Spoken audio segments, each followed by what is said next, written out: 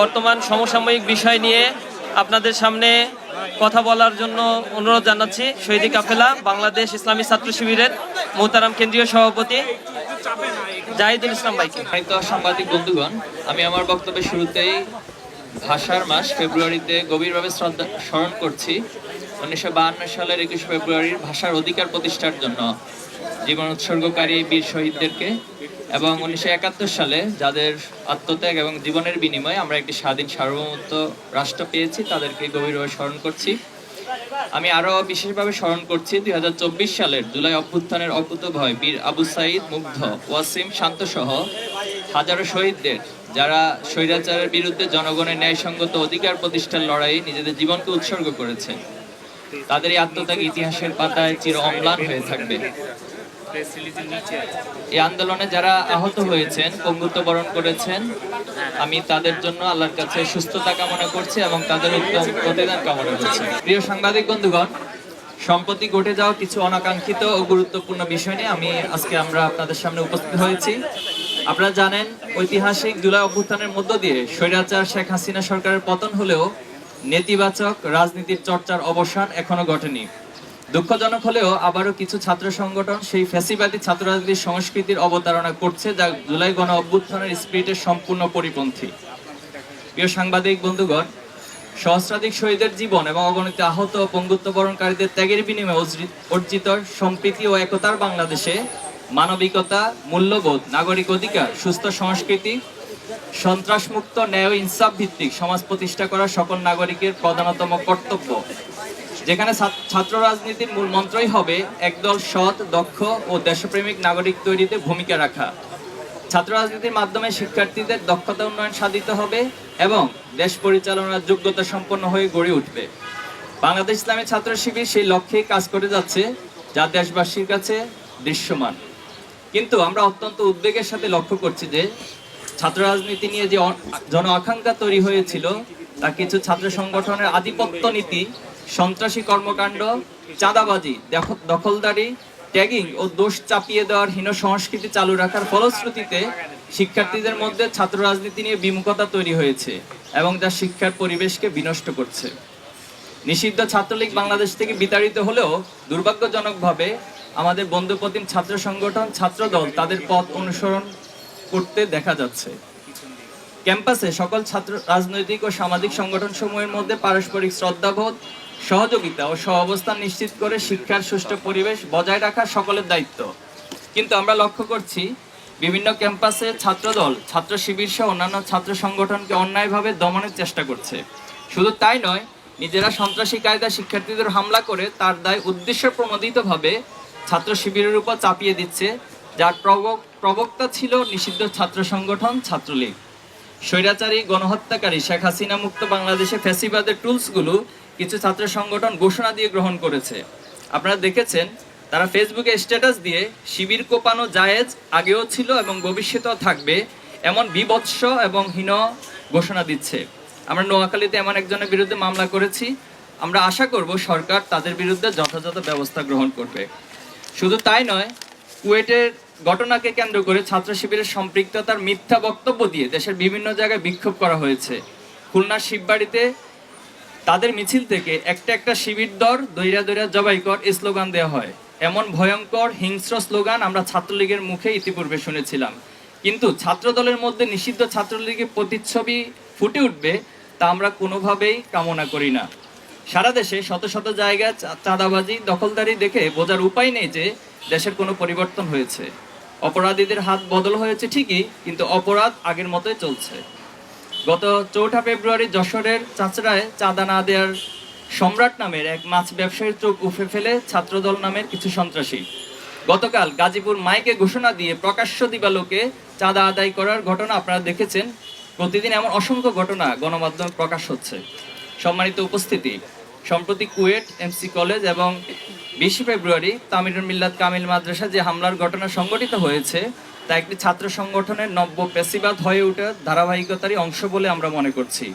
খুলনা প্রকৌশল ও প্রযুক্তি বিশ্ববিদ্যালয়ের সাধারণ ছাত্রদের উপর ছাত্রদল, যুবদলের বহিরাগত সন্ত্রাসীদের নিয়ে প্রকাশ্য দিবালোকে পরিকল্পিতভাবে সশস্ত্র হামলা পরিচালনা করে, যেখানে অর্ধশতাধিক শিক্ষার্থী মারাত্মকভাবে আহত হয়, কিন্তু ছাত্রদল তাদের উচ্ছৃঙ্খল কর্মীদের বিরুদ্ধে ব্যবস্থা না নিয়ে উল্টো সেই সন্ত্রাসী কর্মকাণ্ডের দায় ছাত্র শিবিরের উপর চাপিয়ে দেয়। শুধু তাই নয়, প্রকাশ্য সংবাদ সম্মেলনে ছাত্রদল সভাপতি রাকিবুল ইসলাম রাকিব শিবিরের উপর দায় দিয়ে দেওয়ার মতো নির্দেশনা প্রদান করে, যার মাধ্যমে দেশবাসীর কাছে তাদের ঘৃণ্য পরিকল্পনা স্পষ্ট হয়ে যায়।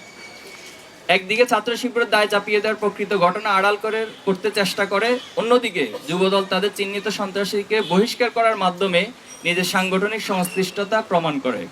এই ঘটনায় দেশব্যাপী সমালোচনা ঝড় উঠলে তা ধামাচাপা দেওয়ার জন্য সিলেটের এমসি কলেজে আঞ্জুমানে তালামিজে ইসলামীয় কর্মী মিজানুর রহমান রিয়াদের সাথে শিক্ষার্থীদের হাতাহাতির ঘটনায় 2 জন জাহিদুল ইসলাম হৃদয় ও রিয়াদ নামে আহত হওয়ার দায় ছাত্র শিবিরের উপর প্রদান করে।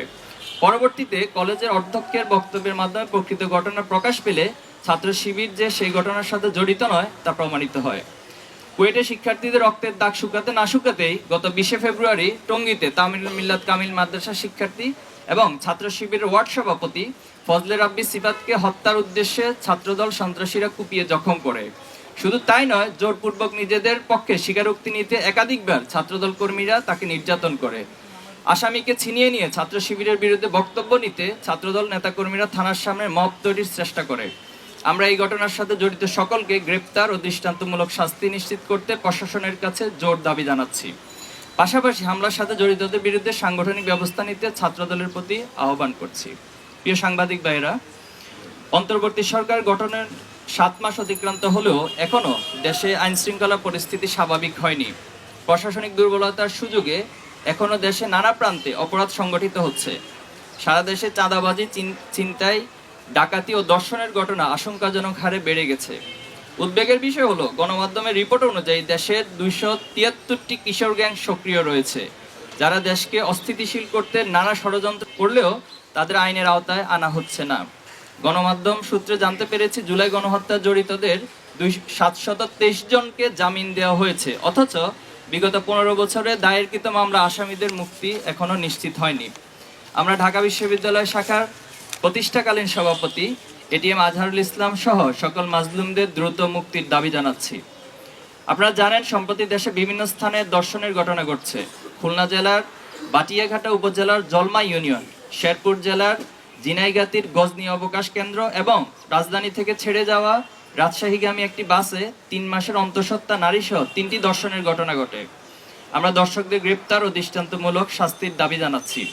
স্বরাষ্ট্র উপদেষ্টা ও প্রশাসনকে দেশের আইন শৃঙ্খলা পরিস্থিতি স্বাভাবিক করতে আরও সক্রিয় ভূমিকা পালন করার আহ্বান করছি, অথবা নিজেদের ব্যর্থতার দায় স্বীকার করে জাতির কাছে ক্ষমা চাওয়া অথবা পদত্যাগেরও আহ্বান করছি। সম্মানিত উপস্থিতি, আমরা লক্ষ্য করেছি, মুক্ত চিন্তার নামে এদেশে ইসলাম বিদ্বেষী একটি গোষ্ঠী পরিকল্পিতভাবে ইসলামের বিরুদ্ধে বিদ্বেষ ছড়িয়ে সাম্প্রদায়িক সম্প্রীতিকে বিনষ্টের চেষ্টা করছে। সেই গোষ্ঠীর এক ক্রীড়ানক জাতীয় শিক্ষাক্রম ও পাঠ্যপুস্তক বোর্ড এনসিটিবি এর পাঠ্য বই সংশোধন ও পরিমার্জন কমিটির সদস্য, তার মূল নাম হচ্ছে সাজ্জাদুর রহমান। তিনি রাহার নাম ধারণ করে আল্লাহ ও রাসূল সাল্লাল্লাহু আলাইহি সাল্লামের শানে চরম অবমাননাকর ও ধৃষ্টতাপূর্ণ শব্দ ব্যবহার করে একটি ফেসবুক পোস্ট দিয়ে দেশের সংখ্যাগরিষ্ঠ জনগণের ধর্মীয় অনুভূতিতে আঘাত এনেছে, যা ফৌজদারি আইন লঙ্ঘনের শামিল। আমরা অতি দ্রুত তাকে গ্রেপ্তার এবং শাস্তির আওতায় আনার জন্য সরকারের কাছে দাবি জানাচ্ছি। উপস্থিত সাংবাদিক বন্ধুগণ, পারস্পরিক সহযোগিতা ও ঐক্যবদ্ধ প্রচেষ্টার মাধ্যমে একটি সুখী, সমৃদ্ধি ও বৈষম্যহীন সবার বাংলাদেশ গঠন করা সম্ভব। এক্ষেত্রে রাষ্ট্রের চতুর্থ স্তম্ভ গণমাধ্যম ও জাতির বিবেক, সাংবাদিক কর্মীদের ভূমিকা অপরিহার্য। জুলাই অভ্যুত্থানে সকল পক্ষ এক মোহনায় মিলিত হওয়ার ফলেই আমরা চেপে বসা জগদ্দল পাথরকে সরিয়ে দিতে সক্ষম হয়েছি। কিন্তু ফ্যাসিবাদ পরবর্তী বাংলাদেশে কতিপয় গণমাধ্যমের অপেশাদারী আচরণ আমাদেরকে ব্যথিত করছে। কিছু কিছু সংবাদ আমাদের কাছে এক পেশে বলে প্রতীয়মান হয়েছে। আমরা মনে করি এগুলো মিডিয়ার ইচ্ছাকৃত ভুল নয়, অসাবধানতা ও তথ্য যাচাইয়ের প্রক্রিয়া পুরোপুরি অনুসরণ করতে না পারার দরুন এমনটা হয়েছে। গত 1 জানুয়ারি বরগুনা পাথরঘাটায় পূর্বশত্রুতার জেরে যুবদল কর্মী ছাত্রলীগ সন্ত্রাসীদের হাতে খুন হন স্থানীয় মিডিয়া এবং পাথরঘাটা বিএনপির আহ্বায়ক ওমর ফারুক সেই ঘটনার সাথে ছাত্রলীগ কর্মীকে দায়ী করে। কিন্তু আমরা লক্ষ্য করেছি জাতীয় একটি সংবাদ মাধ্যম সেই ঘটনার তথ্য যাচাই বাছাই না করে ছাত্র শিবিরকে দায়ী করে সংবাদ প্রচার করে। একইভাবে কুয়েটের ঘটনাতেও আমরা লক্ষ্য করেছি শিক্ষার্থী ও ছাত্রদল সংঘর্ষে সম্পৃক্ততা না থাকলেও ছাত্র শিবিরকে দায়ী করে প্রতিবেদন প্রচার করা হয়। সিলেটের এমসি কলেজের ঘটনাতে কতিপয় সংবাদ মাধ্যম উদ্দেশ্যমূলকভাবে ছাত্র শিবিরের বিরুদ্ধে অপপ্রচার চালায়। এছাড়াও আরও একাধিক ঘটনা ছাত্র শিবিরকে জড়িয়ে সংবাদ প্রচার করা হয়েছে, অথচ ছাত্র শিবিরের সাথে এই সকল ঘটনার কোনো সংশ্লিষ্টতা ছিল না। আমরা সম্প্রতি ঘটে যাওয়া ক্যাম্পাস হামলার শিকার শিক্ষার্থীদের জন্য ন্যায় বিচার দাবি করছি এবং সংশ্লিষ্ট কর্তৃপক্ষকে আহ্বান জানাচ্ছি যাতে তারা এইসব ন্যাক্কারজনক ঘটনার সাথে জড়িতদের বিরুদ্ধে দ্রুত ও কার্যকর পদক্ষেপ গ্রহণ করে। আইনশৃঙ্খলা পরিস্থিতির তাৎক্ষণিক উন্নতির জন্য সরকারকে দ্রুত কার্যকর পদক্ষেপ গ্রহণের দাবি জানাচ্ছি। আমরা জোর দিয়ে বলছি, ধর্মীয় অবমাননা ও সাম্প্রদায়িক সহিংসতার জন্য দায়ী ব্যক্তিদের জবাবদিহিতা নিশ্চিত করতে হবে। পরিশেষে ছাত্রদল সহ সকল ছাত্র সংগঠনকে বিভাজন সৃষ্টিকারী দোষারোপ ও সহিংসতা পরিহার করে ছাত্রবান্ধব, গঠনমূলক ও কল্যাণমুখী রাজনীতির দিকে আহ্বান জানাচ্ছি। আমরা উপস্থিত সকলকেই পবিত্র মাহে রমজানের অগ্রিম শুভেচ্ছা জানাচ্ছি। পাশাপাশি সংবাদ সম্মেলনে উপস্থিত হওয়ার জন্য আপনাদেরকে আন্তরিক ধন্যবাদ এবং কৃতজ্ঞতা জানিয়ে আমার লিখিত বক্তব্য এখানেই সমাপ্ত করছি। সবাইকে ধন্যবাদ। এ পর্যায়ে যদি আপনাদের প্রশ্ন থাকে করতে পারেন। টঙ্গীতে যে ঘটনা ঘটেছে সেখানে মূলত তার ক্লাসমেট ছিল এবং তাদের একটা গ্যাং ছিল, কিশোরদের একটা গ্যাং ছিল, প্রায় 6-7 জনের গ্রুপ, এবং তাদের মধ্য থেকে কয়েকজন ছাত্র দলের সাথে সম্পৃক্ত ছিল। মূলত তার বন্ধু তাকে মেসেজ দিয়েছে যে আসো আমরা একটু চা খাই, এই কথা বলে তাকে নিয়ে গিয়ে তাকে সেখানে বেদড়ক, অর্থাৎ এখানে বাঁশপট্টি আছে তামিল মিল্লাত কামিল মাদ্রাসার গেটের ঠিক অপোজিটে, তো সেখানে তাকে অনেকক্ষণ মারধর করে এবং তাকে বিগত সময়ে যে কুয়েটের বিষয়ে ছাত্রদল বা এই সংক্রান্ত সে কেন পোস্ট দিয়েছে এই বিষয়গুলো প্রশ্ন করেছে এবং একটা পর্যায়ে তাকে ছুরিকাঘাত দিয়ে আহত করেছে, যেটা আমরা দেখেছি গণমাধ্যমে, সে রক্তাক্ত হয়েছে। পরবর্তী তার চিৎকার শুনে পার্শ্ববর্তী কিছু পথচারী তাকে সেখান থেকে উদ্ধার করে এবং তার সাথে সেখানে তার বন্ধু মামুন, যে ছাত্রদল কর্মী, আমরা অনেকগুলো ডকুমেন্টস পেয়েছি এবং তাকেও গ্রেপ্তার ধরে রাখতে সক্ষম হয় এবং থানায় গিয়ে তার বিরুদ্ধে মামলা করা হয়। তো এটি মূলত সেখানকার ঘটনা ছিল। আচ্ছা, ধারণটা কিভাবে করতে হয় এটা ওনার কাছ থেকে আগে আমাকে ব্যাখ্যা জানতে হবে কিভাবে ধারণ করতে হয়। আমরা অসংখ্য কর্মসূচি পালন করেছি শুধু এবছর না, প্রত্যেক বছরই আমরা সেটা কর্মসূচি পালন করে থাকি এবং আমি আমার বক্তব্যের শুরুতে 52 শহীদদেরকে স্মরণ করে শুরু করেছি। এরপরে কিভাবে ধারণ করতে হয় এটা ওনার কাছ থেকে একটা লিখিত স্ক্রিপ্ট আমাকে দিবেন, আমরা সেভাবে করে ধারণ করার চেষ্টা করব।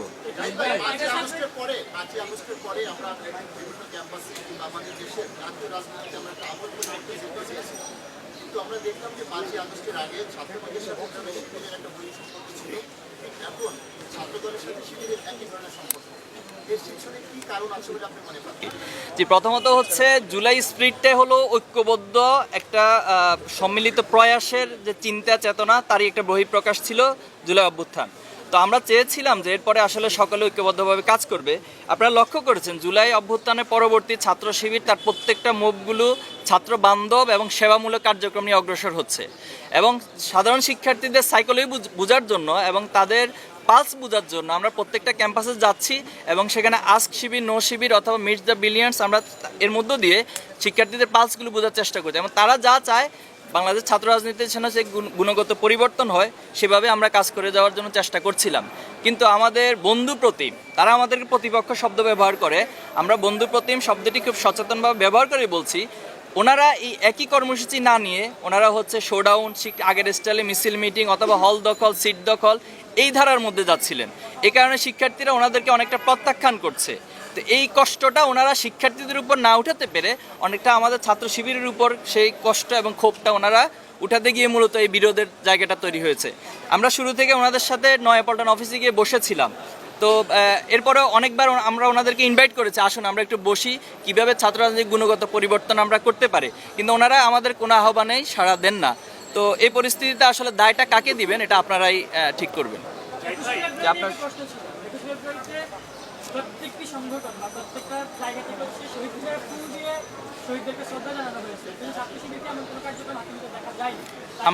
আমরা ঢাকা বিশ্ববিদ্যালয়ের মসজিদে দোয়া অনুষ্ঠান আয়োজন করেছি এবং প্রত্যেকটি ক্যাম্পাসে দোয়া অনুষ্ঠান আয়োজন করেছি এবং ভাষা শহীদদের কবর জিয়ারত করেছি। আমরা মনে করি ইসলামিক মূল্যবোধের জায়গায় ভাষা শহীদদের জন্য এটি সবচেয়ে উত্তম কর্মসূচি এবং আমরা সেটাই করার চেষ্টা করেছি এবং আমাদের অসংখ্য শাখাগুলোতে আলোচনা সভা থেকে শুরু করে বিভিন্ন প্রতিযোগিতা সকল কিছু আমরা আয়োজন করেছি। না, সেটা তো আমরা বারবারই বলে আসছি যে যেটা হবে সেবামূলক কর্মসূচি, যেটা হবে শিক্ষা বান্ধব, এবং সেখানে ছাত্ররা ভবিষ্যৎ বাংলাদেশ কিভাবে পরিচালিত হবে, কিভাবে বাংলাদেশ পলিসি মেকিং করবে, সে ডিবেট হবে, সেই পলিসি মেকিংয়ের জন্য তারা অংশগ্রহণ করবে। আমরা এমন একটা ছাত্র রাজনীতি চাই, এবং সেখানে কোনো আধিপত্য থাকবে না, সেখানে কারো উপর কোনো আদর্শ চাপিয়ে দেওয়া থাকবে না, এবং সেখানে জোর করে কারো কর্মসূচি নিয়ে যাওয়া, এরপরে হচ্ছে না গেলে তার উপরে টর্চার করা, এ ধরনের অস্ত্রের কোনো রাজনীতি আমরা চাই না। প্রশ্ন ছিল এটা হচ্ছে ছাত্র শিবির বিভিন্ন বলেছিলেন 134টি ইউনিটে কমিটি ঘোষণা করা হয়েছিল, কিন্তু আমরা এখন দেখতে পাচ্ছি অনেকগুলো ক্যাম্পাস রয়েছে যেগুলোতে ক্যাম্পাস কমিটি প্রকাশ হলেও শুধুমাত্র সভাপতি এবং সেক্রেটারি, যেমন তিতুমির কলেজে সভাপতি এবং সেক্রেটারির নাম প্রকাশ করা হয়েছে, কিন্তু পূর্ণাঙ্গ কোনো কমিটি আসেনি। কিংবা এর পাশাপাশি অনেকগুলো ক্যাম্পাস যেখানে কমিটি অনলাইনে প্রকাশ হয়নি বা মিডিয়ার সামনে আসেনি। তার পাশাপাশি হচ্ছে আরেকটি প্রশ্ন, সেটি হচ্ছে এখানে ছাত্র শিবিরের সংখ্যা কি এত কম যে হচ্ছে 5 জন 7 জন যে কমিটি প্রকাশ পাচ্ছে বা 15-20 জনের কমিটি প্রকাশ পাচ্ছে, এইটুকুই কি ছাত্র শিবির কিনা, আর বাইরে আছে কিনা, বা বাইরে থাকলে তাদের নাম কেন প্রকাশিত হচ্ছে? আচ্ছা, আমরা আমাদের সাংগঠনিক একটা সিস্টেম আছে, কর্মপদ্ধতি আছে, সংবিধান আছে, আমরা ঠিক সেভাবে করেই ছাত্র সংগঠন ছাত্র শিবির পরিচালিত হয়ে থাকে। তো গত বছর 24-এর 31শে ডিসেম্বর আমরা কেন্দ্রীয় সদস্য সম্মেলন করেছি। এরপরে 11 দিনের মাথায় আমরা 132টি শাখার সবগুলো আমরা শাখারই সেট আপ সম্পন্ন হয়েছি। এরপরে ধারাবাহিকভাবে শাখাগুলো তাদের ইন্টারনাল যে সেট আপগুলো রয়েছে সেটা করে থাকেন, এবং সে আলোকে তারা তাদের কার্যক্রম পরিচালনা করে থাকেন। এখন প্রশ্ন হচ্ছে, এই 6 মাসে অপর যে সংগঠনগুলো রয়েছে তারা কতটি ক্যাম্পাসে কমিটি দিতে পেরেছে? তো তারাই যদি আবার যে অভিযোগগুলো করেন সেটা যদি আবার আপনারা আমাদের কাছে রিপ্লেস করেন, তাহলে এই কম্পারিজন এটা তো ইনসাফ হলো না, এটা একটা বেইনসাফি প্রশ্ন হলো। জি, এরপর সংসদ নির্বাচনের বিষয়ে ছাত্র শিবির কি আসলে জোরভাবে নামছে কিনা, কি মনে হচ্ছে? যে এটা শেষ করে জি, উনি ছাত্র সংসদ নিয়ে নির্বাচন করেছে। দেখুন, আমরা শুরু থেকে বলে আসছি, গণমাধ্যমে ইতিপূর্বে অনেকবার বলেছি যে ছাত্র সংসদ নির্বাচন এটি শিক্ষার্থীদের দাবি, এবং দীর্ঘদিন এই ছাত্র সংসদ নির্বাচন না হওয়ার পিছনে মূলত ফ্যাসিবাদী রাজনীতিটাই দায়ী ছিল। যেহেতু ফ্যাসিবাদের বিলোপ হয়েছে, এখন ছাত্র সংসদ নির্বাচনের মাধ্যমে ছাত্ররা, শিক্ষার্থীরা তাদের প্রকৃত প্রতিনিধি নির্বাচন করবেন, এটাই খুব স্বাভাবিক। কিন্তু আমরা দেখছি যে আমাদের বন্ধুপ্রতিম সংগঠন তারাই নির্বাচন চায় না। কেন চায় না? তারা বলছে এখানে সংস্কার প্রয়োজন। এরপর হচ্ছে আমরা জাহাঙ্গীরনগর বিশ্ববিদ্যালয়ে দেখেছিলাম যে ওনারা একটা ডেটও ঘোষণা করছে সম্ভাব্য তফসিল ঘোষণার জন্য, কিন্তু পরবর্তীতে সেখানকার ভিসি তিনি বললেন যে ছাত্র সংসদ নির্বাচন দিলে নাকি লাশ পড়বে। তাহলে এই প্রশ্ন কেন উত্থাপিত হচ্ছে? এটা আপনাদের উচিত সেখানকার বিসিকে জিজ্ঞেস করা, এবং কাদের কারণে এই লাশ পড়ার রাজনীতি আবার ফিরে আসার সম্ভাবনা তৈরি হচ্ছে তাদেরকে আপনারা মুখোমুখি করা দরকার। আমরা খুব স্পষ্টভাবে বলছি যে ছাত্র সংসদ নির্বাচন দ্রুত হওয়া দরকার, এবং এটার মাধ্যমে শিক্ষার্থীরা তাদের প্রকৃত প্রতিনিধি পাবে, এবং যেই প্রতিনিধির দায়বদ্ধতা সকল শিক্ষার্থীদের কাছে থাকবে।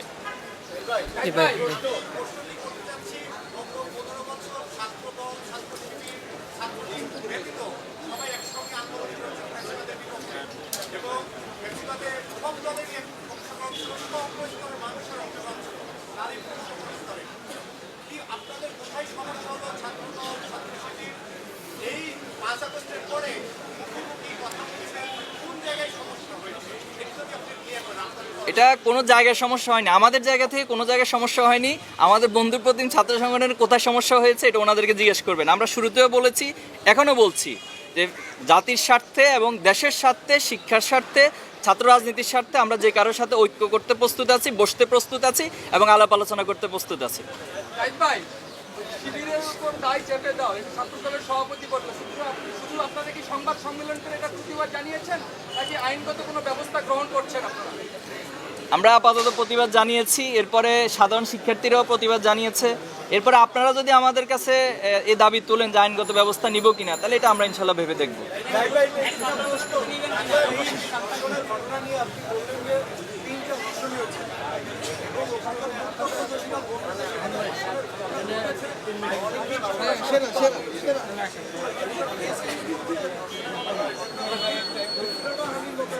তদন্ত হওয়া উচিত।